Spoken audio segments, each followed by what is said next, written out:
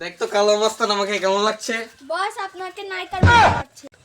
আরে শালা সব নিয়ে গেলি, একটা প্যান্ট। এলাকাতে অনেক ডাকাত, তাতে আমার কি হোক, আসলে দেখে নিবি। দেখ তো কালো মস্তান আমাকে কেমন লাগছে। বস আপনাকে নায়িকার মতন লাগছে। কিন্তু নায়িকা, সরি বস, নায়িকার মতন লাগছে। কিন্তু আমি তো টাকা। এই কালো মস্তান মুরগি আছে, দেখ দেখ। কই মুরগি? আরে পাগলা, মুরগি মানে বুঝিস না, মানুষ।